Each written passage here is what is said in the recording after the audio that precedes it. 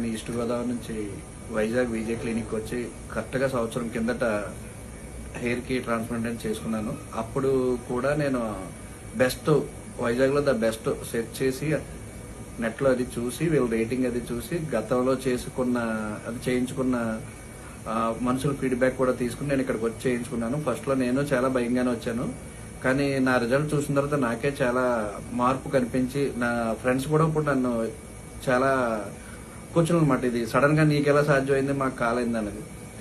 నేను ఎవరికి చెప్పినా నమ్మలేనంతగా మారింది ప్రజెంట్ నా హెయిర్. నేను ఇంకా కూడా డెవలప్ చేసుకోవడానికి మళ్ళీ 1 year తర్వాత ఇక్కడికి వచ్చాను.